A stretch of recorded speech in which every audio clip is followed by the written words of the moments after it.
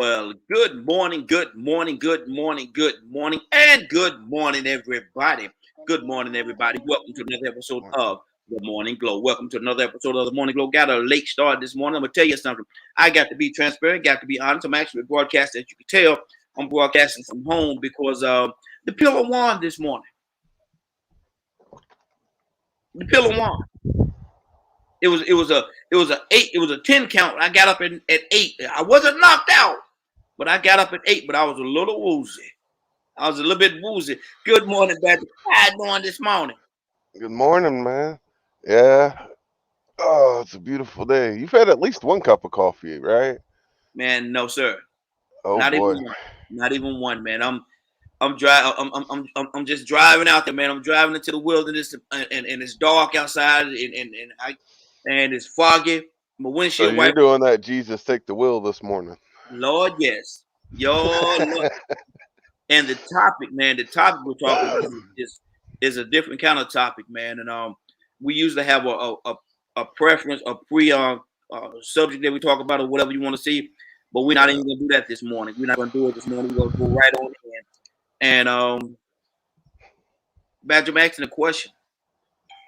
I see we got some people on the phone line here. Let me see who we got there. Toya with a T. Good morning. How you doing this morning? Good morning, good morning. Man, listen, I'm broadcasting from home. The pillow, Toya, the pillow beat me this morning. The pillow won. You lost. Yeah, man. I knew. It I was. already knew it. It was raining too. It was raining at 7:15. I said, oh man, right? He must be tired from all this winning the land of doing it. And the pillow must have had won this morning because he not on this still continue. Yeah. The I pillow. want to know what kind of pillow he got, so I can lose too. I'm gonna tell you something. That pillow beat me. That pillow beat me. He got that rock pillow. Curtis, good morning. How you doing this morning? Kurt, you there? Morning, bro. Morning, Good deal. Good deal. Well, look at here, man. We broadcasted from home this morning. Couldn't make it to the studio, man. The pillow beat me up this morning, so y'all need to put some kind of papers on that pillow, man, because it's illegal what it did to me this morning. It's illegal. It should be a felony. What it did. Toya with a T, I'm gonna go ahead and say it, Toya. It should be a felony what that pillow did to me this morning. No, it was all legal. It was voluntary. Well, listen, we got a topic. We got a topic we're gonna talk about today, and actually, I don't have my whole system here, so it's a little bit low. So y'all talk directly into the phone for me, so I can hear you because it's a little low on me this morning. So y'all help me out a little bit and talk directly into the phone so I can hear you. Toya? I'm gonna start with you this morning. Am I racist? Am I racist if I confront a racist? Meaning, like if they're doing something, if we're in a group of, say there's a group of black people together, and one of them say something that's racist against another race or something like that, and you speak out, say, hold on, man, you can't be talking like that. Hold on, that's racist, bro. You can't be talking like that. Or if there's a group of people, a mixed group, and one of them in that group say something that's racist against somebody, and you say, hold on, I don't like that kind of activity. I don't know. No, don't talk like that around me. Don't talk like that about them people around me or whatever. Don't say that. Or am I racist for confronting a racist? I'm not going to say that. I don't know how that. I don't know. This is kind of weird how you say that, but no, you're not racist for confronting a racist. I don't mean to interrupt, but Toya's really low. Toya, they're saying you're real low. They can barely hear you. Oh, I was saying, I don't think you're a racist for confronting a racist, right? But I do think that you're exposing on somebody else's speech. If they're saying something you don't like, then you need to get out from around them and not associate. Because everybody has their feelings. I have the right to not like whoever I want to not like. And if you want to call me a racist behind it, then so be it. But it isn't an issue until we cross moral guidelines. It can be the same color, saying the same thing about the same person, but it's not really an issue until you start crossing moral guidelines. You know what I'm saying? So no, I don't think that if you hear somebody making a statement that you say is racist, and because you say something to them about what they're saying, has nothing to do with you being a racist. It has to do with you being a human being who does not like the conversation that's going on at the moment with the person you're with. Not that you're racist. Yeah. But what if the comment, and I love how you did that, but what if the comment, you can't get around the fact that it is a pretty racist comment? I mean, do you still take the same stance, or what do you do in that instance? Because we as adults, we know when something is racist and when it's not. So what if the comment is totally racist? How do you deal with that, Toya? Again, for me, I'm a different kind of person. You know, it's a couple of guidelines you can't cross. You can't talk about inappropriately doing stuff to kids. You know what I'm saying? Mean, terrible, horrible things. You're not going to say around me. But outside that realm, say what you want to say because that's you and your feelings. Mm-hmm. Okay? That's you and your feelings. But what you're not going to do is be disrespectful. You know, you have the right to have your opinion. You know, and if you have a concept or a mindset of a specific group of people and it comes off being racist, okay, you got the right to cool and say that. But as long as you don't say what you're going to do, you know, wish harm or evil on whoever it is, then again, I can deal with it and I'm just going to have a conversation. Well, if you feel about that, what about this? I'm just going to have a decent conversation. I'm not going to have no emotions in it because I feel like everybody has the right to feel like I can't tell nobody how to feel about a specific person. And if anything, I can just try to put it in a different perspective so you can see things from a different way. But again, not, you know, consider myself to be a racist because I'm standing up for something that's morally right. If it's an immoral thing. Mm-hmm. Okay. Curtis, what do you say to that, Curtis? Am I a racist for confronting and talk directly to the phone from me, brother, because it's real low this morning. Am I racist for confronting a racist or challenging a racist? No. Because most racists, hey, Curtis, we can't hear you, brother. I said no. You're not wrong for doing that because most racism is grounded in lies. Mm-hmm. So if you confront somebody with truth, then how can you be wrong? What Bible we read out of? Mm-hmm. What spirit are we following these days? You know, what God are we serving these days where we can't speak truth to a lie? Mm-hmm. What are we doing? What part of human existence are we living? And at that point, if that's where we're gonna go, and if that's where we honestly gonna go, then you know what? The real essence of being a human being needs to be removed. Maybe we just need to be eradicated. You know, you can't. You know, and it's funny that you have a whole lot of racists that'll stand on their First Amendment right. Well, you don't have the right to walk in a movie theater and scream fire, and there ain't no fire in the movie theater without there being a consequence and repercussions. You don't have that right. If I'm on a plane, and because I feel like saying, if I'm on a plane and there is a Islamic or Muslim brother on the plane, or Arab, you know, on the plane, and I scream, he got a gun. I feel like screaming, he got a gun. That ain't what I'm saying. I have freedom of speech. Mm-hmm. You know what they're gonna do to him on that plane if I do that?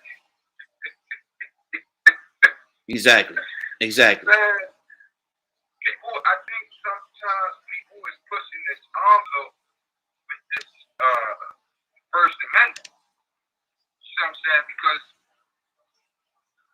you gotta understand that the truth be told, the First Amendment, in my opinion, was written for the beneficiary, for the benefit, the ideology was written for the benefit of the people. The ideology was not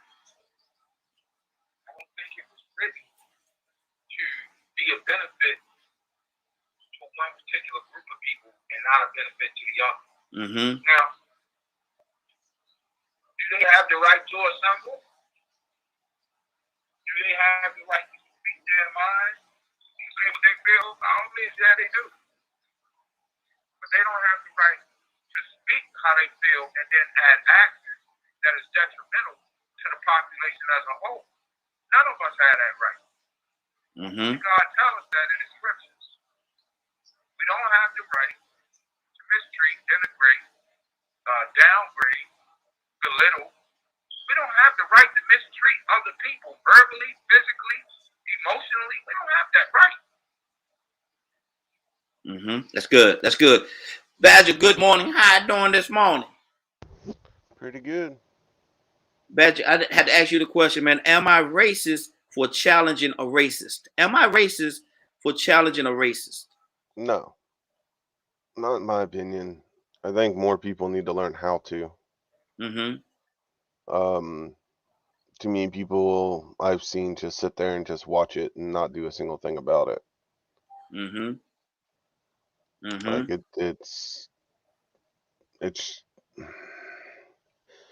it's disappointing in my opinion. Mm-hmm. Because like when you sit there and you listen to it and watch it, to me all it does is promote more hatred, Mm-hmm. which is normally, what they're against. Mm-hmm. If that makes any sense. Yeah. Yeah. Yeah. That's So good. like if they're against that kind of stuff, then why would you sit there and preach about it? Mm-hmm. The amount of times I've been judged just because of the color of my skin. Mm-hmm. Mm-hmm. Oh, you don't understand and all this other, I guess that could be considered racism depending on point of view, or it couldn't be. Mm-hmm. Mm-hmm.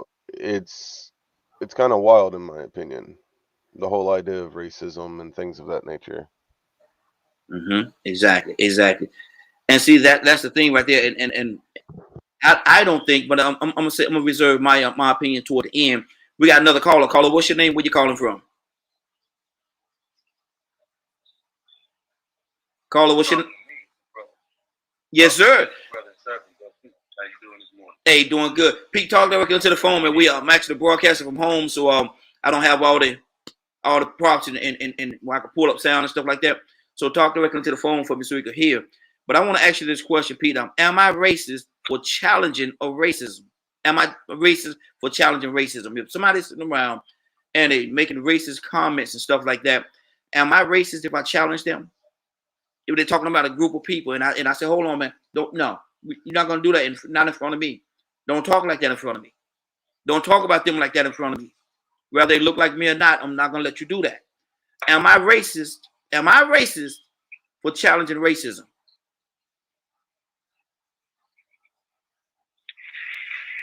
I wouldn't say that you're racist, but challenging somebody that's portraying racist comments. Mm-hmm. Now, if it's their personal opinion or something, but if it's clearly discriminatory, segregating, singling out somebody because of how they're created, along the lines of something like that, and you admonish them, I personally wouldn't see that as being racist. Mm-hmm. I think more so you just correcting what you think is behavior or perspectives that are undesirable in a greater mixed society. Mm-hmm. Mm-hmm. Okay. I wouldn't call that racist just because a person is in your presence that's not of your ethnicity or skin color, hair texture, whatever it is, and you want to segregate them based off of that, separate them, and then come with some disrespect, something to integrate them, to devalue them in some way because of how they're made, and you say, hey, we're not tolerating that foolishness over here. Mm-hmm. We're not gonna talk like that. You welcome to your opinion, but we don't want to hear it out loud. Yeah. Yeah. So, if that's how you feel, certainly you have every right. But you don't have the right to express that opinion out in front of everybody, and certainly in front of the ones that you're talking about, and it can be received negatively. So I'm gonna ask you to refrain from talking like that, even though you feel that way, and that's your right. I'm gonna ask you to refrain. If you can't, I'm gonna ask you to remove yourself from my presence. That's not racist. Okay. I mean, really, in the sense of the subject matter, it's more like a mature adult checking out, correcting a child. That's really how I would see that. Or, a little disrespectful puppy, or an unruly puppy who's hard-headed and don't want to listen. And we just might have to get a little stern with them. That's all.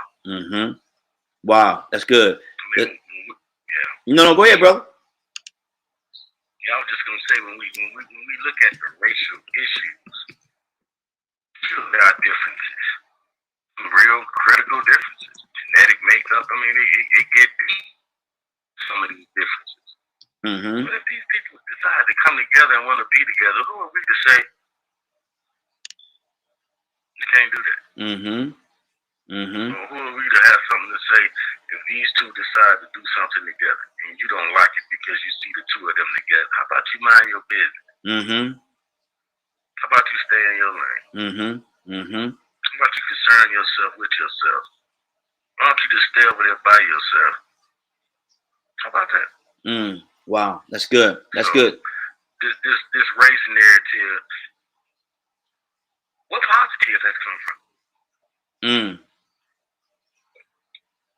I haven't seen. Like you could. So what positive has come from? I haven't seen any. I haven't seen it, brother. Toy, you want to talk to me, sis? What's on your heart?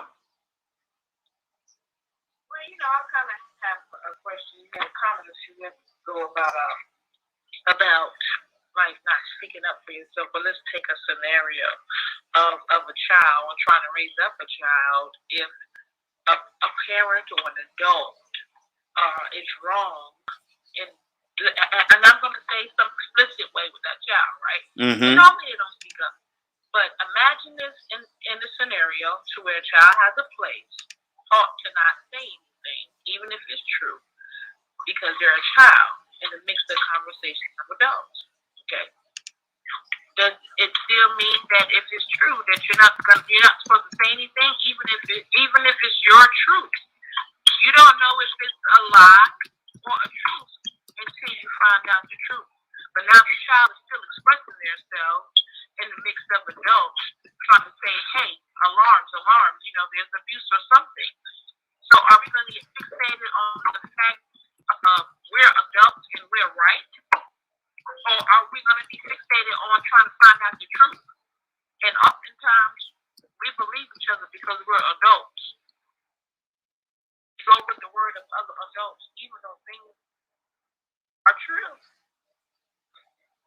We go with the Catholic preacher that said he didn't touch the kid when the kid told you he touched him. You see the signs of them acting out. But because, he don't act like that, he's a pastor, but he didn't. But the kid just told you he did, and then you see the kid acting up because it's a kid, and they never been acting up, and now they acting up, and they say, no, you're a liar, and you believe each other because you're adults, but it's still the child's truth. So now because the child get out of turn, you don't want to hear it because it's this thing to where we like to put things over truth. Adulthood, authority, money, and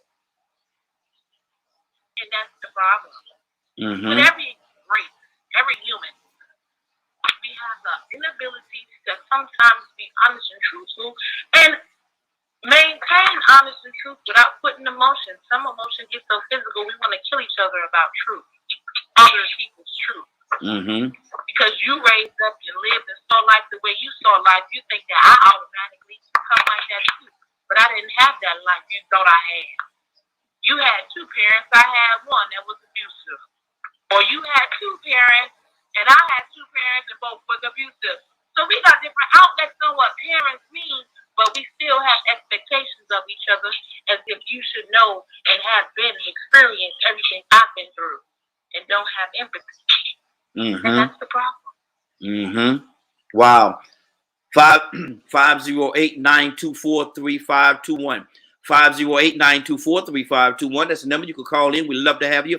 508-924-3521. Excuse me. Rico, good morning. How you doing this morning? Grand Rising, man. How everybody doing? Hey, doing good, doing good. Rico, question. Am I racist or challenging racism? If I'm in a group of people and see if they all look like me, and one of them say something that's racist against another group of people, and I say, "Oh, look here, hold on, no, we're not gonna do that. No, I don't like that, blah blah blah." Or if I'm in a mixed group of people and one of them say something that's racist against another group, and I say, "Hold on, man, no, we're not gonna let you do that, man. We're not gonna talk like that about anybody." While I'm here, now I've challenged that racism that they're talking about. Am I in turn a racist? No, you're a racist if you're an enabler. If you if you don't confront it and you allow it to continue to happen. I think it's. I'll put it to you this way: if I heard somebody talking about molesting children and I challenged them, that wouldn't make me a molester. You get what I'm saying? I'm a pedophile. I definitely would not be a pedophile if I'm challenging pedophilia. So I mean, you have people that once you get around a group of people like that and you condone it, you don't say anything against it, then you pretty much become a contributor to it. You allow it to happen. You might not behave in such a way, but not saying anything is also participating in it because you allowing it to happen and you see it going on. So you might not believe in it. You might just be fearful of the person that's doing it, or maybe maybe your livelihood and your survival depends on this person. Maybe they're paying your income. So you don't say nothing because you know what I'm saying, you don't want to lose your job. And the CEO of the company goes down in flames. I'm going down in flames. So you just start seeing people whisper in the workplace, "Hey, such and such, such and such. Get on the football team, Joe Paterno. Well, the coach had a boy in the shower. Sound like I heard some splacking in the shower." Yeah. So now you got Sandusky. And then you got coaches that want to come and testify after the fact, after they witnessed so many different instances, but they didn't say anything. So when it comes to racism, you definitely would not be a racist by challenging it. And on the other end of that, which now I ain't gonna even go in that direction about black people even being racist, because I don't think we can be racist. Based on what Dr. Francis Chris Wilson said, it makes all the sense in the world. Black people can never be racist because there are things that true racists can do that a black person can never do. Good deal. And the phone lines are open. 508-924-3521. 508-924-3521. Yeah, what's up, Ed? What exactly did he say, Rico? She said so much. I'm gonna tell you to get the book and read it. It's called The ISIS Papers. You do a lot of research. That'd be a good one to research. She's a psychologist, and when she breaks it down, it makes all the sense in the world. Black people can't be racist because true racists, they actually dictate your way of life, your survival, your livelihood. I can't think of too many white people that's dependent on a white majority or black majority for its survival. Think about it. How many white people out here saying, we tired of seeing white males getting beaten up by black racist police? How many white people are in George Floyd type of situations in court? We got a situation right now with Ahmaud Arbery. They just picked 11 white jurors and one black man. How many times have you seen a white person go to court and have to worry about a majority black jury being racist against them? So what I'm saying, that's just the tip of the iceberg. But you can look up Dr. Francis Chris Wilson, and the book is called The ISIS Papers. And I I think everybody needs to read it. I mean, to be honest with you, just because a black author wrote it doesn't mean it is meant for everybody. Because I read many books by white people. So that's another, thing that can be discussed one day, is that just because, you see black authors write books discussing racism, white people ain't going to read it. Even though some of the information and research is based off of other white psychiatrists or psychologists or professors. She actually references most white people's studies in her studies. She had to get a Western education to still come up with her thesis on what's going on in America. And so many white people or people of non-black culture didn't read that book, but it's one to read is definitely necessary, the ISIS paper. Okay. Let me go to my phone lines. Minister Neil, good morning. How you doing this morning? Good morning, everybody. How's everybody doing this morning? Hey, doing good, brother. Doing good, man. If I don't get to see you Saturday, I got something to say to you, man. If I don't get to see you Saturday. Oh, I appreciate it. Yes, sir. Yes, sir. I don't know if you want me to put it out there, but huh? I just had to go drop Charlie off to the vet, man. He got there and woke up yesterday, man. I came home. He had traces of blood in his urine. I had to get him. I got to get him before out there, man. Yes, sir. Yes, sir. Yes, sir. Absolutely. How's he doing? I'll know later, man. It's just, you know how it is, bro. I just had to take care of him. Yeah. I just dropped him off. So he thought I was going to the back. It was so funny. Lady was like, he's with me all the time. He really don't, he won't move. I mean, they had to kind of like go back there and tricking me going into the room. Yeah, I know. Yeah, I can see that. I can see that. Am I racist? Hey, you know I know, brother. Am I racist for challenging racism? Am I racist for challenging racism? Are you racist for challenging a racist? Yeah, am I racist for challenging racism? So if I'm in a group of people and all of them look like me, and they say something that's racist, and I challenge that, I say, hold on, man, don't talk like that in front of me. Don't talk like that. Or if I'm in a mixed group of people, or if I'm in a mixed group of people, and one of them say something that I feel is racist, and I say, no, we don't talk about people like that around. Don't do that in front of me. Am I racist for challenging racism? You should be. I don't think you are. I mean, that is me. That's my personal opinion. I don't think you are. I think right is right and wrong is wrong.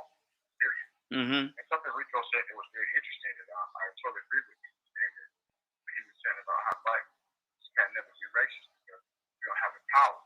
He's so right about that. I think that's why I say sometimes we have to go back and look at the narrative about what it is that you consider was racist.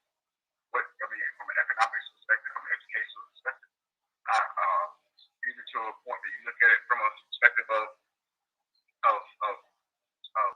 housing and things of that nature. How many times you look at many times we have the same conversation about how this segregation in housing, how homes are even bought today, and look at the ratio of how many white homeowners to black homeowners. That's just something that we look at that we probably don't really even take into consideration. But those are things that can be, and what he was saying was so true. That's a sense of power. So when people sit back and act like it doesn't exist, either two things happen: either you're lying to yourself or you're lying to me. I'm gonna take the latter with you. I'm gonna think you're lying to me. I think you know. You see it because it doesn't affect you. So you'll never know. But when people tell me things like, "Well, I think you might be over exaggerating," you'll never know what it is to be a black man. Never. Never. So please don't try to tell me that you have an idea. You never walked in my shoes. Never. Wow. The way police, the urban community is totally different from the suburban. Totally different. So we sit back and talk about it, and that's power.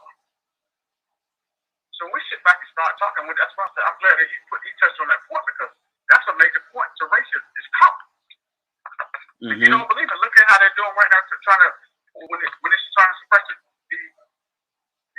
vote. And of course, they're trying to suppress the vote. And they go out issues with the voting. Well, we all know it wasn't.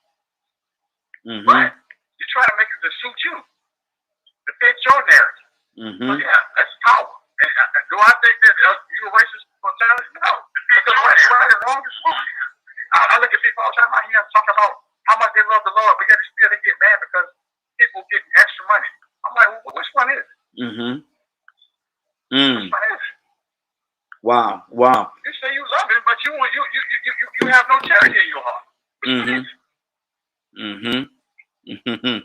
Wow, that's good. That's good. Badger, what's on your heart, brother? I'm looking into what Rico was talking about. Because based on the definition, anyone can be racist to some degree. But this seems to be primarily talking about the white supremacist style of racism. So with that being said, is there a suggestion that there's different forms of racism? I've always thought that. Because, like, kiddos are playing. Because, like, but see, this is where, like, someone like me gets confused. You know, someone that struggles with social etiquette and words and things of that nature. Because if I go grab a dictionary, which I've got right here in front of me, just the Webster Dictionary, and I flip over to racism. If I can get my hands to work right. And we actually, like, look at prejudice against certain peoples is the definition. And then you'd have to look up prejudice and, you know, stuff like that. So now I'm going to throw some examples out there. Okay. If a black person or a Native American or a Chinese person looks at a different race, or even a white person looks at a different race and prejudges or automatically thinks that they're no good, they're trash, they're not worth anything, is that racism? To predetermine based on what a person looks like that they're a particular type of way. You know, like most people, all they see is I'm white. Then they find out I'm autistic. And then I have Native American blood, and I've got Irish and Scottish blood. Well, the ones that don't know anything about Native, they'll go, "Oh, you're Irish, so you drink all the time." Is that being prejudiced? Is that being racist? You know, is that classification? Like, which terminology is it this time? So I started getting confused because if I just base my word vocabulary off of a dictionary, and that's it. Because the way I learn things is I grab a dictionary or I get on Google, I type in a word to understand what the word is, because that's how I learn words. I have to do a visual association. And then if I base on what Rico is explaining to me, how do I now reprogram my brain to, if a situation is where a black person is belittling a white person because they're white and they're automatically associated with being a racist or a privileged person, and that's not racism, then what terminology is it now? Okay. That's fair. So, let me do this. Go ahead, Batch. No. Go ahead, Batch. I'm just really confused because, like, if the terms just keep changing, then someone needs to write a book or update the dictionary to include the other 20 definitions a person is now putting into a word. Guess who wrote the dictionary, though? So you know guess how much it evolved. to start making other people fit that narrative too. So then you go back into the systemic end of it, the practice. I mean, because it's a result. See, it's one thing to have an opinion and feel a certain way, but then the impact of it, the impact of being able to say, well, you know what, man, I ain't gonna give you a job. I'm gonna give you a higher interest rate. I'm gonna pull you over just because. You see, I'll put it to you this way. Most times that can only be practiced by the majority of the dominant power, so-called dominant power. And so what I want to do, I want to tell everybody, if they can, to go on Netflix and look at Colin in Black and White. It's about Colin Kaepernick and his experience and what made him get to the point to where he is. And I believe a lot of white people probably will change their stance on why he was kneeling when he was. It wasn't just about George Floyd, but it was about his experience being a mixed black child raised up by two white people that just didn't understand. So when he was being, at first, he didn't even realize that he was being discriminated against or that people were being racist. He just thought, man, why they doing me different? But little by little, he started seeing and meeting other black people and realized, you know what, man, okay, this is why they treat me different. And he started rebelling a little bit because he started realizing, okay, it ain't just me, it's my color. Then he even started realizing with the people that had raised him since he was 2 days old, that they still never could get it. So when he was coming to them and asking, you know what, why didn't that girl give me an extra ice cream, but she gave my friend extra ice cream? Or why didn't they do this? Why did they? Oh, baby, people are just funny acting. They didn't realize it either. It was only after a while that they started realizing, you know what, he's not starting quarterback because they're playing favoritism. See, you have that go on in a certain situation now, and it's about dominance again. It's about that power structure. Now, you have a few situations where the black person is the power structure, and they may discriminate. But see, when you start talking about those definitions, prejudge, prejudice, everybody's prejudiced. Everybody has a favor. Everybody has a bias. But see, when you start talking about discriminating and having an impact on people because of their race, and that impact is life or death, man, you look at this situation, that practice really only began with white supremacy. So, you know, I sort of get where you're coming from because I looked at it that same way. But now I look at it as the impact on people, you know, the impact that it has through generations. Mm-hmm. You know, you really don't see black people even being in a situation or in a position to have a racial impact on a race of people. Regardless of how we feel, we can say whatever we want to say. Oh no! I get what you're saying. Hold on. Let me do this right. Hold on, Badger, because we'll have y'all playing tennis, and everybody else be just listening. I want to pull them into the conversation as well. Let me go to okay, good deal. Let me go to Tucson. Tucson, good morning. How you doing this morning? Donald Tucson, you there? Speaking to that phone, brother. We can't hear you. I'm trying. Okay. Now, Tucson, am I racist for challenging racism? Am I racist if I challenge racism? Am I racist? No, I have an issue with certain comments against certain people, no matter who they are. Mm-hmm. And just like I can be sitting at work and they start talking about them people at the border. Mm-hmm. What people you talking about? Yeah. Because even on the, if you're going to be fair, I wish the church was like that. But if you're going to be fair, there are policies and procedures that talk about discrimination in comments or deeds. You can't write certain gestures or you can't say certain things. Like,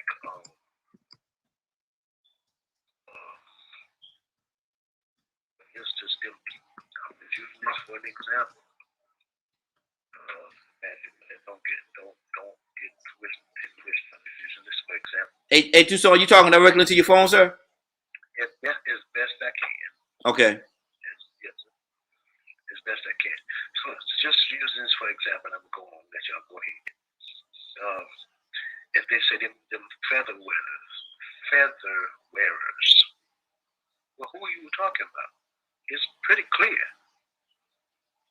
that you may be talking about Native Americans. Who are you? Who are you to be making that type of comment? Well, that would identify you as being either prejudiced or racist in some kind of way. Mm-hmm. Don't talk about the people at the border because I got a problem with that because there's three of them. Actually, you might look at me and say I'm going to laugh and joke and clown with you, but actually you're talking about 4 of my grandchildren. Mm-hmm. So where we at now? Mm-hmm. So where are we now? I just got an issue with you because you think that you're a little bit more than somebody. Mm-hmm. Based on your paleness or whatever the case is. So anybody can have a form. I don't even like people that have the same skin tone as me, sitting among people, and they say something and you think it's just a joke. It's not a joke. Mm-hmm. It's not funny. So I guess that I would turn against you. So is that being racist? No, I guess maybe so. If you want to identify that, we played the word game a lot, and that's why some people say that they try to turn the table, reverse racism. That's what I want to say. Mm-hmm. Mm-hmm. Wow, that's good. That's good. Toy, you want to talk to me, sis? What's on your heart? Yeah, no, I wanted to say something about the definitions. Where we get them definitions from again? You know, there's just this thing, just this difference, right? And I'm just going to use the fact of men and women, right? And even in the workplace, by definition, you're not being a racist towards me by giving me the hardest physical labor job. There might be stipulations on why I shouldn't have that job on paper, but just to try me, because I was a female, you wanted to give me the hardest. That's still not right, but by definition, you didn't do anything. But let's flip it the other way. Let's flip it to, you gave me the easiest. Because you feel differently about women. So now, you want to put kid gloves on and just give me the easiest job, and then, you know, maybe be a little flirtatious now because I'm a woman. You don't think I should be doing this, that, and third. Now, which one of those are right? Wow, that's good. That's powerful. You know? Neither are right. Y'all know that, right? Neither of those are right. That's right. Because when a human being decides to apply for something, it is not for another individual to put stumbling blocks in their way, nor is it for another individual to decide to feel like they want to pack something to make it easier for them. They are supposed to have a fair and equal opportunity, regardless of race, color, and religion. And we got to bring it on back here, y'all. That's good. That's good. No color, we would forget about the other little things. Let's think about being an adult and how we treat people younger than us. Same type of racist issues and effects and prejudices that we don't want to face, but it's causing a problem. So we got to understand, you know, as individuals, as human beings, we really need to be mindful of, you know, these conversations we're having, because it's a Rubik's Cube of racism going on in this world, and it's not just about color. That's good. That's good. Brother Pete, talk to me, brother. Talk directly to that phone for me. The schisms is well, when we want to realize that when we talk about racism primarily, we're talking about power and influence, right? And denoting rights of commerce, money.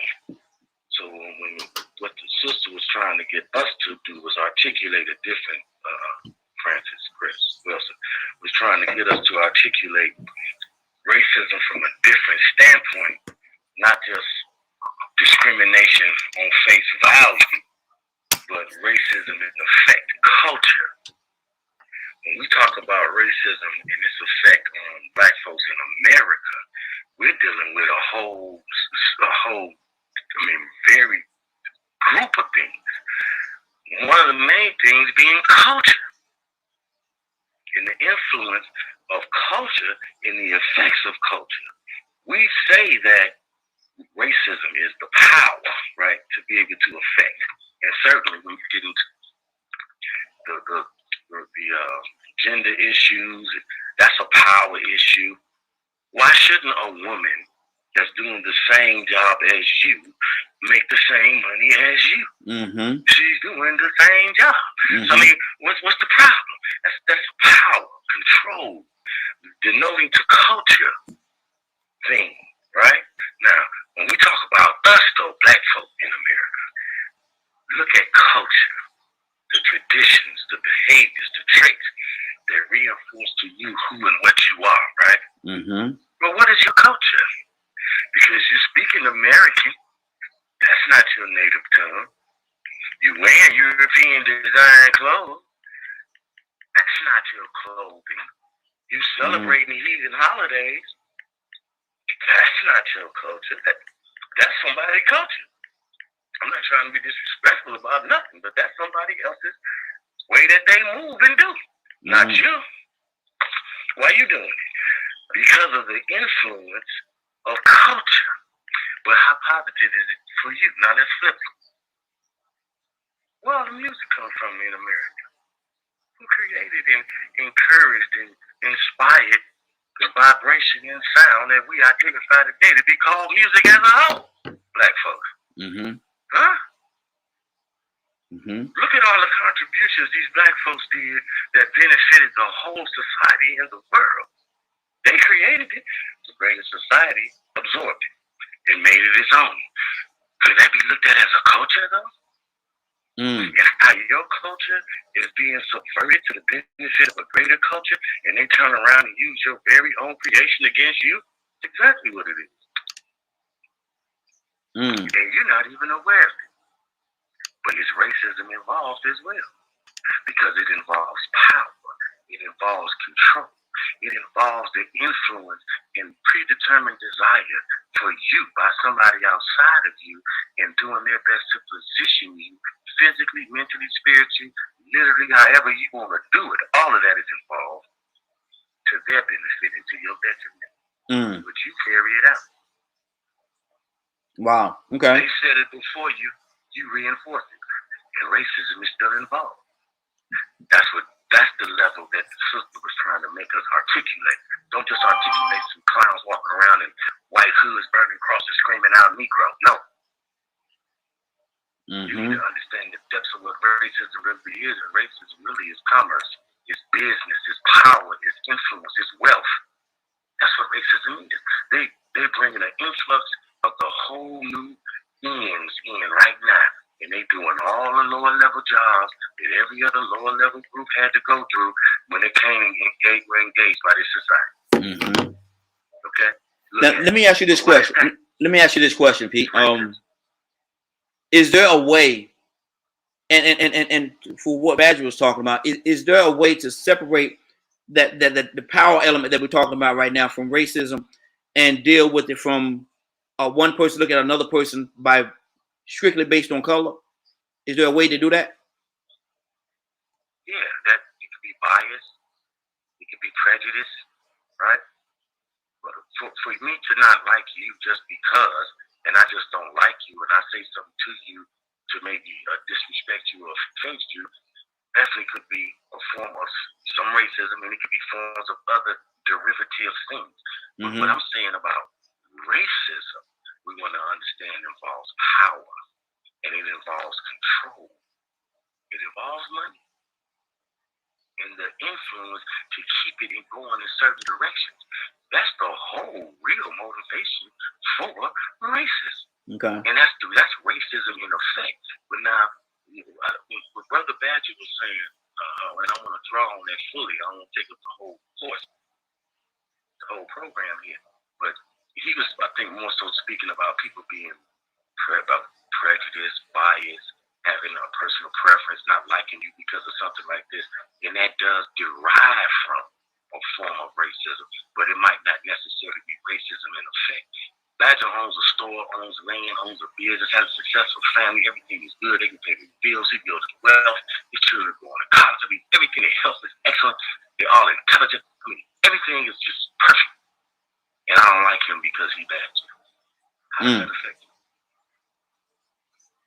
How does me saying badger, you feather wearing Native Indian, you whatever more disrespectful stuff I can say to him, the woo, whatever I can say to offend him. What is it doing to him other than if he internalizes it, rub him the wrong way? Because I can't affect his living, I can't affect his health unless he allows me to. I can't affect his children's life at all. I can't do nothing with the land that he owns, the food he's growing, the water he has for himself. I can't do nothing to stop nothing in his life at all, to disrupt nothing, other than a couple of moments of his existence when I try to disrespect him. And when he chooses to ignore me, look at me and be like, man, I'm getting ready to go make this $10 million deal. I'm not good. Did my racist prejudice bias affect him at all? So then it's not falling up under the real definition of racism. Because racism is and I'm going to say this, I'm gone, I'm back outside. Our people in America need to understand how much we are up under another culture with traditions. How many just celebrated Halloween? What they got to do with you? Looking forward to Christmas. Good luck with that. Come on. You finna give thanks for what? And none of this got nothing to do with you. Nothing beneficial to you. Nothing for your culture. But everything you're doing is reinforcing another's culture and it's benefiting their wealth, their commerce, their power, their position. So really, when we talk about these things, we need to fully articulate and really look at the depths of it. Because you're dominated. You're being dominated. The score is 300 million to nothing. Wow. Kurt, talk to me, brother. What's on your heart? Rico, coming to you next. Well, Brother Pete just comes. Hey, Kurt, are you into your phone, brother? I don't have all my equipment. I said, Brother Pete just put it in the park. You got to forgive me sometimes right here, and I'm talking to y'all while I'm at work. Yeah, I understand. I appreciate you. Brother Pete just put it in the park. He just put it in the Hudson. However, I think, personally, I really do believe that the terminology racism has been whitewashed for a purpose. Because at the end of it all, we still have not, in my opinion, most people still do not have a clear-cut definition as to what racism is. Because the words that Brother Pete just said, in my opinion, are all byproducts of racism. Racism, to me, is strictly based off of skin color and or culture. That's what racism is. Now, the byproduct of racism is economics, is power, is privilege, is all of those things that can be obtained by utilizing the practice of racism. By utilizing the practice of racism, segregating or making a particular group of people, or placing a particular group of people in a position of authority and power over others solely based on race and culture. Right? To me, it's racism. But you also got to look at the paradigm of this. When you talk about those people down at the border, those people have more rights to America than what we got. Because they was here before 1520. They was here before 1520. They was here. This was their country. You came and inhibited their country.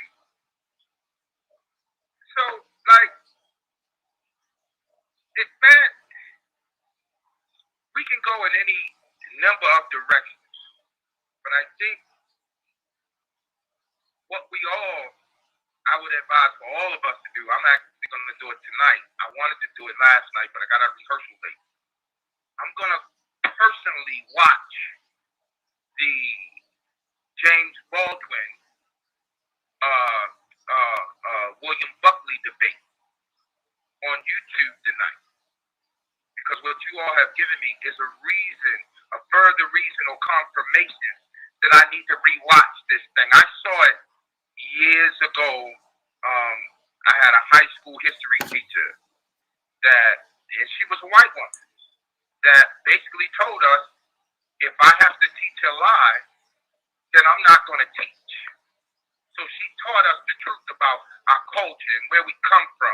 And she taught us the truth about everybody who was in the room. Because I went to school and we had some Caucasian American brothers and sisters in my school. So she made it a point to teach the truth about everything. And I remember you remember back in the day, they used to put stuff on the reel. I remember a specific class where she actually had on reel the James Baldwin and William Buckley debate on race in America. Because in that debate, what we found was James Baldwin gave the true definition of what racism is and what the results of practicing this ideology would do to a particular culture and or set. Good deal. So I think that all of us are in the ballpark. I just think it has been a devil's tactic to throw confusion in the definition of a simple word. Okay. Racism. Rico? That is the practice of something. That's good. That's good. Rico, what's on your heart, brother? Badger, coming to you next. See, racism is a system that was designed by white people. So that makes racism and white supremacy synonymous. Because when they developed that system of classification, it made them dominant. Even when they was measuring the brain and intelligence and being God's chosen people, that was all a white construct. So when they came up with that classification system, that system of race, then that watered down who was dominant, who was superior, and who was inferior. And they put us on the bottom based on skin color.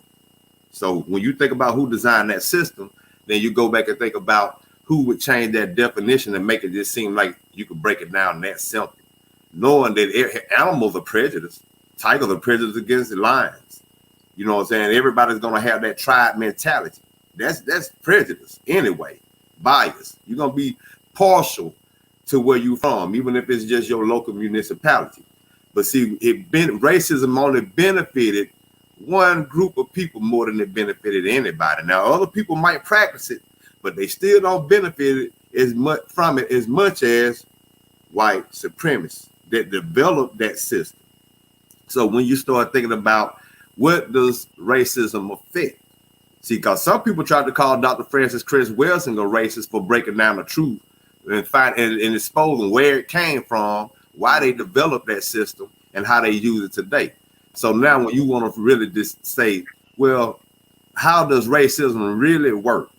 Racism affects every aspect of your people activity or your existence in economics, education, entertainment, labor law, politics, religion, sex, and war.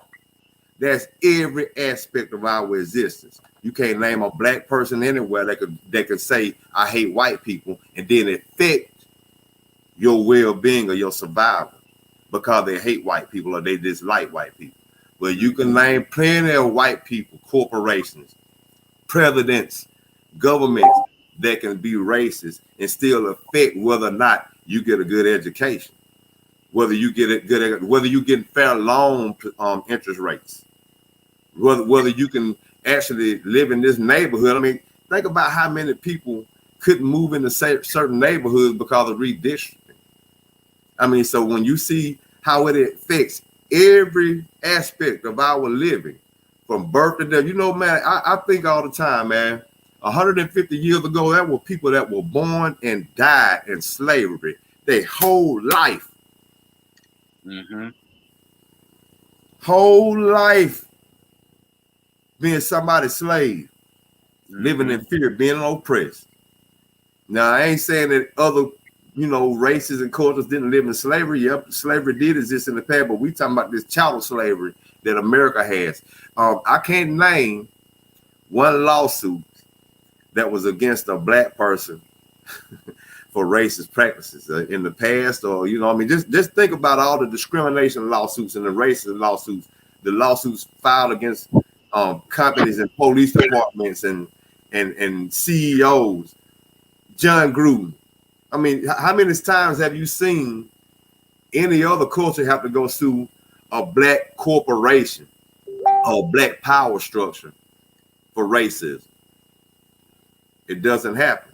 Number one, it's not in our nature, not in our culture. That is a construct that was thrust upon us, fighting from the bottom, being classified as the most inferior, the most unintelligent, and having to prove yourself from the day that they came up with this classification system. It makes white supremacy not synonymous with racism, because that system didn't develop until white people came around. So, that's the reason why when you look at the definition of it now, if you really want to truly break down the definition, whoever wrote that definition in Webster, it benefits them. It behooves them to water it down so you can be racist too, Dr. Francis Cress Welsing, and you can be racist too, Rico, and you can be racist too, Curtis. You can be racist too, Raheem, even for addressing it. But I'm gonna say this and get back on the subject. I hate bullies. And if I fight a bully or I challenge a bully, that doesn't make me a bully. But it all depends on how I challenge. Good deal. Badger, talk to me, bro. Just wow. I asked a question in chat. I don't know if it's okay if I ask or not. Go ahead. So listening to everything that's being said and stuff, I was curious, if the things I mentioned earlier isn't, like a racist thing. It's more of just prejudice and things of that. Is me not being able to practice my belief or heritage or show my heritage because of the types of people that are in the area that I live in, or be able to share certain history of the area that does involve my heritage or belief because of the government officials that are in charge of the area around. Is that racism? And the reason I'm asking questions like that is, to hear different perspectives and so listeners can hopefully get more info across the board of how to how do you pronounce that word? Differentiate? Differentiate, yeah. What some of the differences when it comes to word usage. Like my confusion with word usage and stuff like that. I would have thought with y'all earlier that that's primarily like true hatred, but I can see, based on the way you are explaining it, that's to me is like huge racism. When you destroy a people's culture, you do your best to control it, so it's the depth that I could go into on this conversation, but I know that there's a time limit. So, because one of the things I researched was what is the old heritage and culture of white people, before what happened to the old tribal teachings of the Celts and, the blue people of Britain, the Bretonians and, the Viking stuff is kind of still around, I think. I know some people that practice that stuff and talk about it and things like that. But I mean, a lot of people are trying to make it where they're not allowed to practice their belief.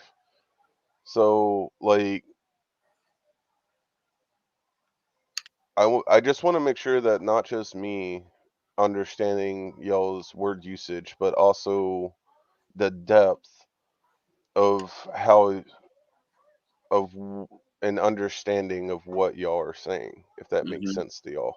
It does. It does. I'll be honest with you. I think it's universal. I think most people on other continents look at it the same way when they look at racism, when they have to discuss or address racism. Once they know how it came about, like when you think about colonization, you know, how they did Japan and how it happened in China, you know, in the atmosphere today, I think everybody understands when you speak of racism, it mainly relates to white supremacy. It's just that people in America have to understand that's exactly what it is. Like I said, we've drank the Kool-Aid and had to read Webster's and get these definitions. And now we don't really know how to discern of how we could call other people racist without just saying, okay, you're biased, you're discriminating. So I have a very interesting question on this. If the belief system and the culture that was robbed from the original white-colored skinned people of Britain, Scandinavia, Norway, Ireland, Scotland, and all them was stripped from them, and they were not allowed to practice it. What is that?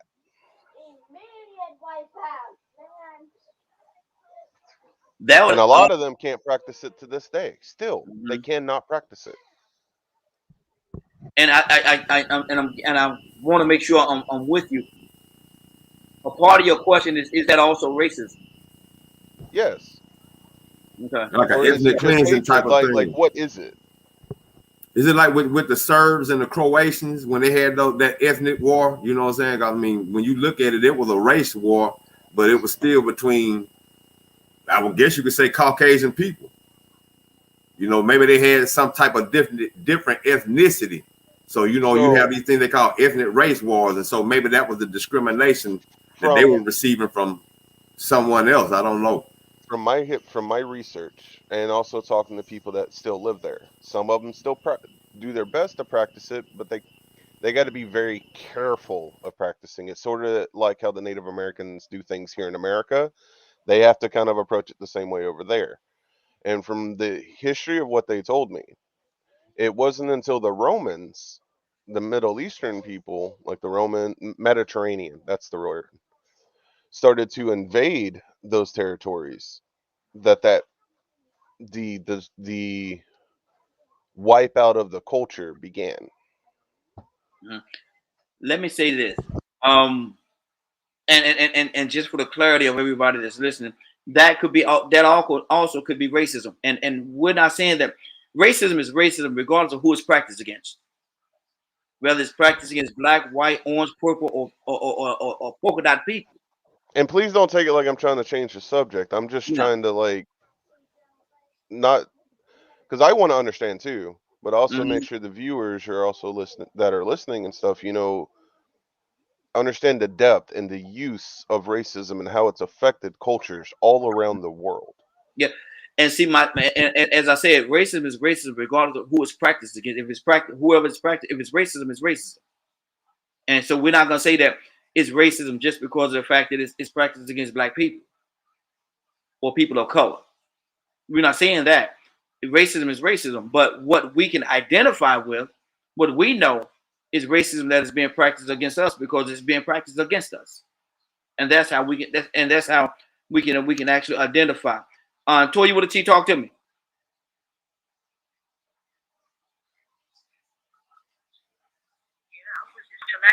But I don't know. I got a question. So let's just say I'm gonna use this for example, right? Football. And you know, I was really cool with guys, right? Till I said I wanted to play football. So what do I do?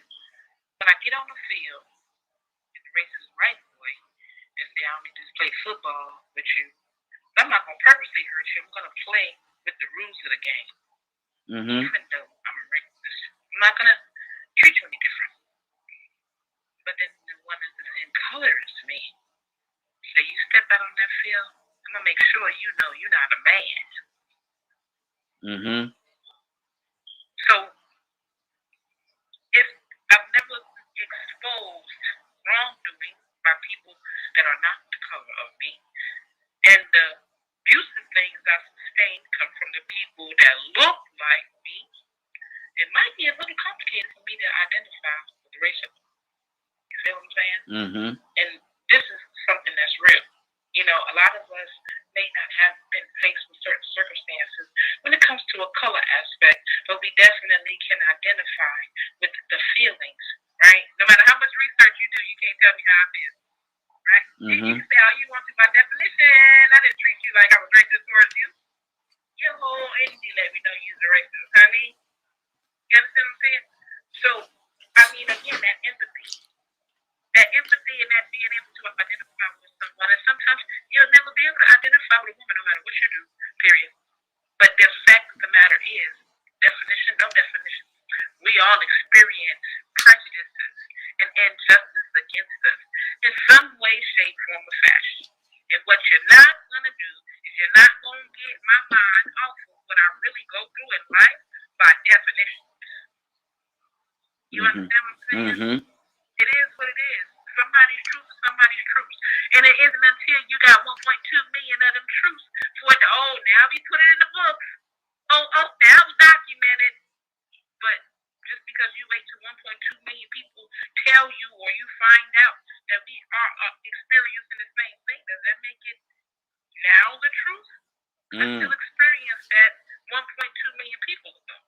You know, so again, I think that we got to be able to empathize with the fact of being a human and not with the book that someone wrote things down. We got to be able to identify with somebody else's truth simply because, you know, that's the truth they told, and let that energy help you determine, well, wow, you know, maybe I need to make some changes and adjustments. Shouldn't have to be in the book for me to be able to identify with the pain of another human being. That's good. I tell y'all that Toya would teach something serious, boy. How she brings stuff together. That Toya would teach you something serious. Now y'all better listen to her. That sister something serious. Let's go to Toussaint. I hadn't talked to Toussaint in a minute. What's on your heart, brother?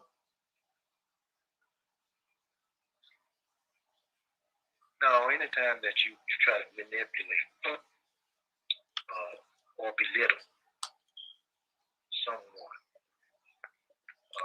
based on their differences from you, I don't know if you can call it racism, but it is a prejudice. Racism is a little, it has to do with race. I don't know if it only has to, but I believe it does. And I think that for the most part, when we think about racism, it points to the Caucasian culture. They're pointed out to be the most racist. I said pointed out because and here's nothing.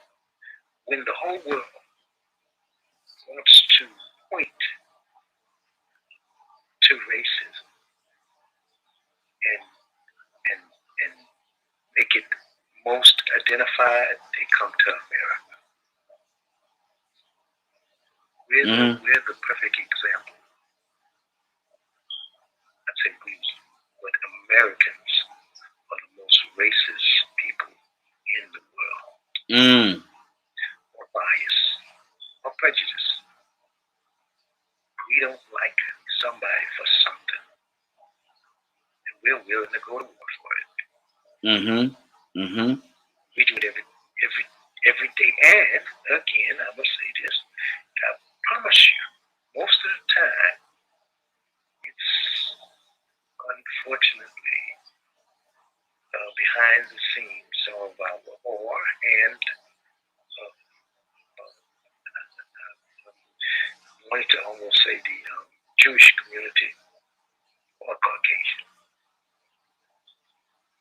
Now, I may be wrong. Mm-hmm. But I remember when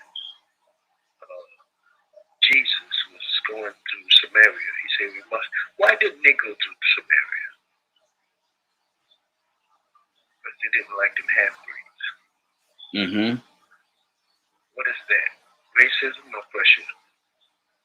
I don't know. I'm just saying. Well, that's about all I got to say. Okay. Now, Tucson, let me ask you this question. When it said, I heard a lot of people say this before, that America is the most racist country that there is. I don't know about that. I know there's a lot here, and the reason why I say I don't know about that, I'm not trying to defend it or speak against it, but what I'm trying to say is I haven't experienced other parts of the globe to make that determination. Does that make sense? You said me? Yes. Uh-huh. Yeah, I mean, look at us. I mean, look at this country. We go all over the world, flexing our muscles. Mm-hmm. To, and I don't say we. I say those that are unfortunately in the Caucasian community. Men, mainly. Mm-hmm. They go all over the world showing their superiority. And if you're not like them, they have a tendency to manipulate. That's what they want to do. Mm-hmm. They do it every day. So the perfect example would be, unfortunately, it is not desperate. America does it good, very well. We do it the best than any other nation on the face of the earth. That's just my opinion. Okay. Rico, what do you say to that? You know, I'm gonna go back to what I was saying earlier. You know what I'm saying? It's just, you know, when you just, you know, basing it back off this question that you asked, it's hard to even think that somebody could be considered a racist for challenging racism. I mean, what are you supposed to do when you are confronted with it? Just conform. I mean, and you know, the thing about it is that it's sort of expected. I guess that goes to show you that that's the way the culture used to be in the United States. That it was so bad that people just had to deal with it. That was what they consider that's just the way it is. You know, when you can be accused of whistling at a woman and somebody could come drag you out of your grandfather's home and take you and beat you till you unrecognizable. You know, that's just the way it is. Speaking on that, you know, I think I brought up before about the neighbor that boy, my old acquaintance, my old friend that I had that used to live across from my dad that got killed, and they hadn't had the court case. It's been taking so long, and you know, I had been sort of loud, man. I had been loud, man. You know what I'm saying? But it sounded like it wasn't being heard about my father being the victim's only witness, and that the perpetrators were trying to claim self-defense, stand your ground. Well, finally, I don't know if it's from me. I don't know if it's from me. I don't know what happened. Maybe they changed some district attorneys or something. I don't know. But after like 5 years, my daddy finally got his subpoena. He finally got subpoenaed, man. I mean, and I'm gonna tell you, man, it's wild that this happened because that case had been reset. That trial had been reset like twice before. So that means the previous trials would have gone one way without certain testimony being involved. My father's. Now all of a sudden, the victim has a voice. He actually has a witness speaking on his behalf now, and it's just funny, you know what I'm saying? That, I mean, man, it's still odd to me. I'm still disappointed because had those other trials went off as planned, it would probably be a totally different outcome. So now I'm happy that my dad got that subpoena, and I'm gonna go up there with him. You know, I know I probably won't be on the show that day, but I'm going out with him. You know what I'm saying? So I can look the killers in the face and see everybody else that's involved that has prolonged this situation. But that's another instance of how systemic racism works. See, when we speak of racism, there's a systemic side of it that even Asian people can't defeat. They can only fall in line where they fit in. You know, get in where you fit in.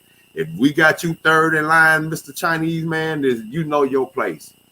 Indian, y'all come over here. We got y'all third or fourth in line. This is your place, and you expect it. And you know what? They respect that pecking order. They respect that pecking order. They agree with it. That's the American way. But we don't. The thing is when we fight it, when we challenge it, are we gonna bow down because they start saying that we're racist? Because the thing is, you know, they will flip the script when you start addressing the things that are racist in this system.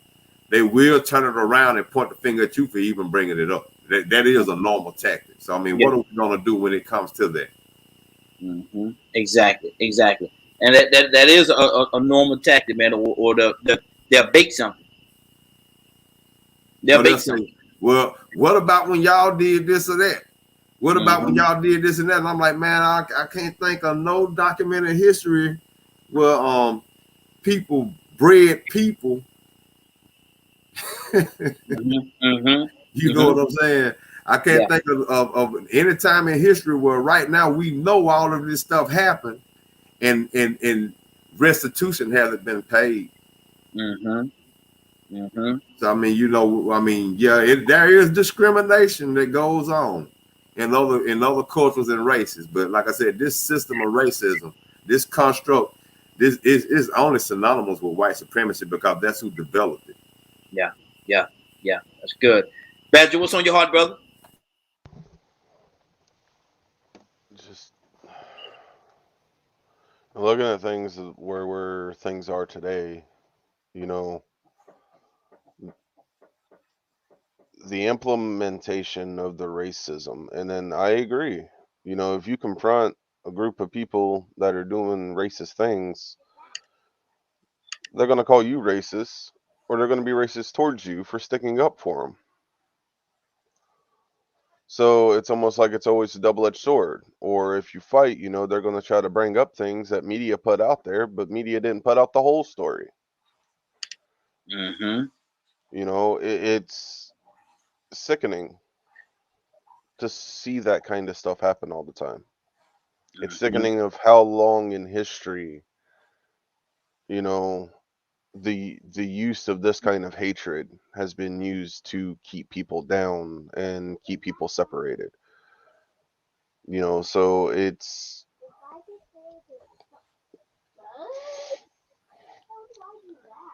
fills me, it honestly just fills me up with anger, to be honest. I can't stand it. I just want people to get along, work together, make a better future for our kids and our grandchildren.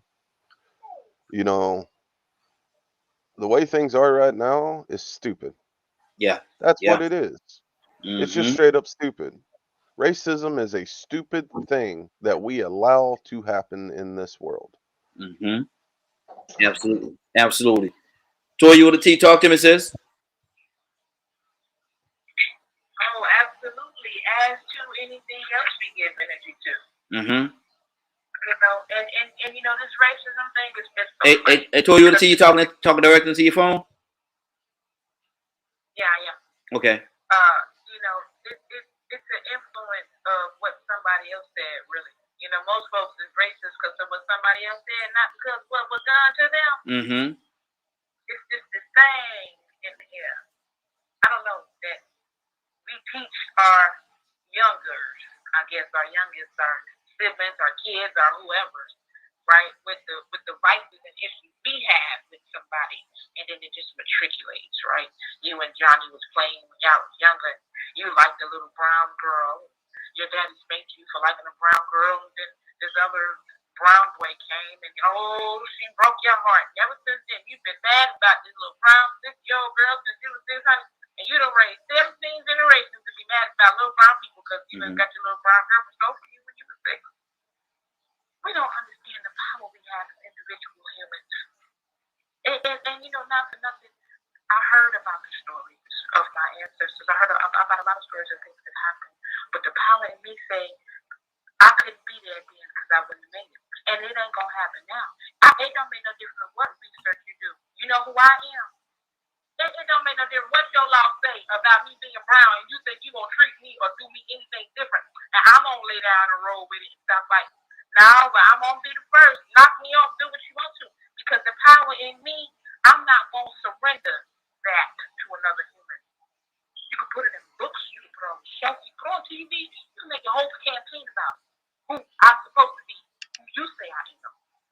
But we got to remember, this ploy of racism too was also implemented by the Southern Confederate Sisters. Y'all know about that?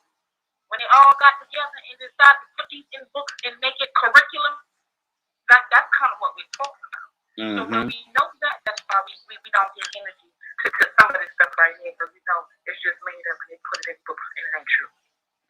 Wow. Rico? Yeah, she is, man. I mean, you know, racism has an emotional, mental, and physical impact. True racism. So, you know, when somebody says something that's supposedly racist, sometimes we put that label on that and it really doesn't have that impact on people. You know, we can't, you know, even though we're talking about racism, then you got to understand that there's a thin line between racism and then sometimes humor. Like right now, there's a meme going around, all posted, went viral. And sometimes we consider things blackface that aren't blackface. There was a little white kid wanted to be Michael Jordan for Halloween. His parents probably were poor, and they painted he had a bald head, or maybe they put the mask on his head, you know, to make him look like a bald head. But they had him brown. They didn't have him black. They didn't have him with the big pink lips. They didn't have, the big eyes painted around him, nothing like. He just had. He looked like him. He looked like Michael Jordan, to be honest with you. He looked like a small version of Michael Jordan. They did a good job. Had on a North Carolina jersey. Blackface. That's black people accusing them of being racist. The parents should have known better. Then they had I want to say a school principal. This white guy dressed up like sexual chocolate. When I tell you, man, I thought it really was sexual chocolate. Yeah. Black people all over the place. On one post, you see a lot of people, majority saying this is not racist. On another post, you got a majority of people saying this is racist. On my post, I said this is not racist. And somebody came at me and said, brother, when you take your raccoon mask off, let me know. Me of all people, something that I'm not, all because I didn't view that as racist. And so I went up under that and I put what blackface really was. This is disrespectful. These big red and pink lips and this big side eye face. I mean, this is Al Jolson. This is blackface. Somebody paying homage to sexual chocolate, a character. This man had, you saw the picture, man. That dude, I didn't even realize he was a white man. Yeah. So people are mad. They are in an uproar. They want him fired. He deleted the post, man. I probably was the best costume I've seen in years. As a black man, I'm saying that this is not racist. And you got other, so we don't even know the definition, Badger. You get what I'm saying? Yeah. Plus, we don't even really have a clue of what racist is and what it isn't. But to me, racism has an impact on your livelihood. It has an impact on you more because sometimes racism can be so bad that didn't nobody have to physically do anything to you, but they can mess with your mental to the point where you just give up and say, you know what? I don't want to be a part of this. Y'all win. I'm less than. I might as well not even try.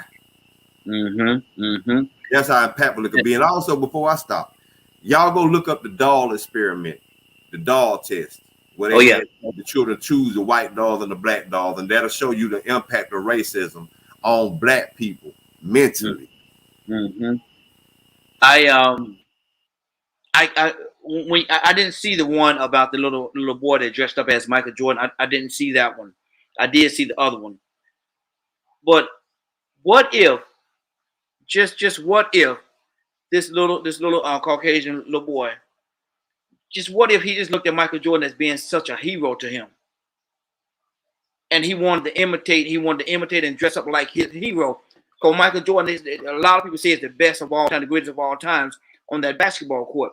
And maybe this little boy just loved basketball, and Michael Jordan is being the pinnacle. What people say he is, he just wanted to dress up like his hero. And then you got other people that see that, oh man, look at that, man, that's racist, man. You know, his parents, and when the words parents should have. Hold on. This little boy just want to be like his hero.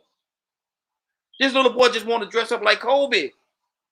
This little boy just want to dress up like who the greatest running back is of all time that just happened to be black. He want to dress up like him because he loved that sport, and he look up to that person just that much. And his parents just want to honor their child and allow him or her to do that. There's so many different layers to this thing, man. That sometimes brown makeup, not super black makeup, brown makeup. Yeah. Sometimes, Rico, I tell you, a lot of times we get so caught up in the ideal of races and races and racism and stuff like that. We get so caught up in the idea that we forget the whole picture of what's before you. This little boy, he dressing up like Michael Jordan because he loved Michael Jordan. So I have a question. He loved basketball. Go ahead, Badger. Is it really racism, or can it just be simply labeled as hate?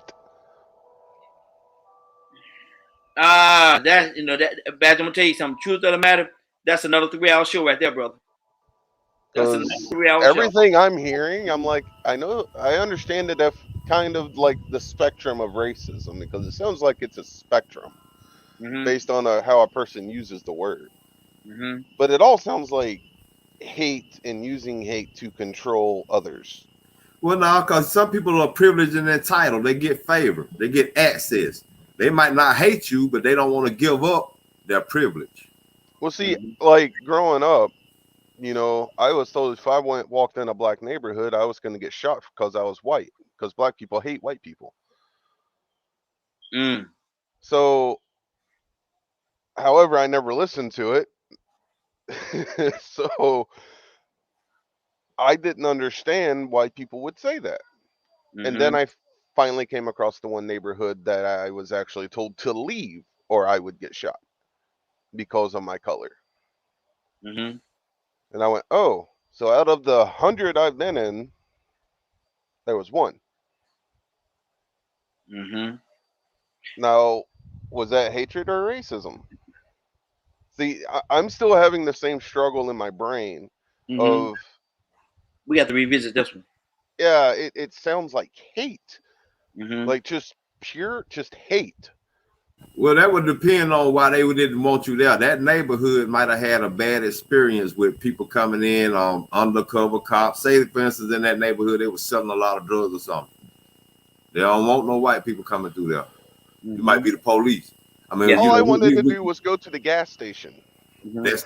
I mean, it could be the dynamics, you know what I'm saying? I mean, but most likely, if a white person can't come to a black town, it's because of the past dynamics and history of that town saying we don't have a bad experience with white people. And you got to understand, racism is not like an apple tree. Racism is not like an apple tree, and the reason why I say that because if you plant an apple tree, plant an apple seed, you're gonna get apples on that tree. If you plant racism, there's a lot of different things that's gonna grow out from that tree. There's a lot of different things. It's not gonna just be one thing that's gonna grow from that tree. And so that's pretty much what it is right now. Plant an apple seed, get an apple tree. Plant a seed of racism, you get a whole metro of things that's gonna grow from that. Toy, you with a T, talk to me, sis. We better get out of here. Yeah, you know what, man. Another great conversation. I ain't got nothing else to say. You know, I'm gonna take up too much time, man. But hey, I think these conversations is what we need. We need to have maybe a BKM after show, honey, because some of these topics we can really, really go get some more meat and potatoes behind, man, and help people get another in-depth understanding, man. So I appreciate everybody for their feedback, man. It's wonderful. I love y'all so much, man, for keeping it real. And I need everybody to have a good day, man, and understand that the power that we have, man, up to us to make sure that we make this racism live or die. Exactly. Toy, you want to tell me? We'll come back to you in a minute after Rico tell us what's going on at 3 o'clock when we get you to pray us out. Can you hold on for a minute? All right, Rico, what's going on at 3 o'clock today, sir? If you missed today's show and would like to see it in its entirety, you can tune in at www.dkmmediagroup.com at 3 p.m. Eastern Standard Time. Good deal. Badger, anything on your heart before we get out of here? Learn to love one another. Goodness gracious. That's words to live by, brother. Words to live by. Hey, I want to say this because, I mean, you know, he said that love again. I want to make sure people remember what I said about that. It's not always hate.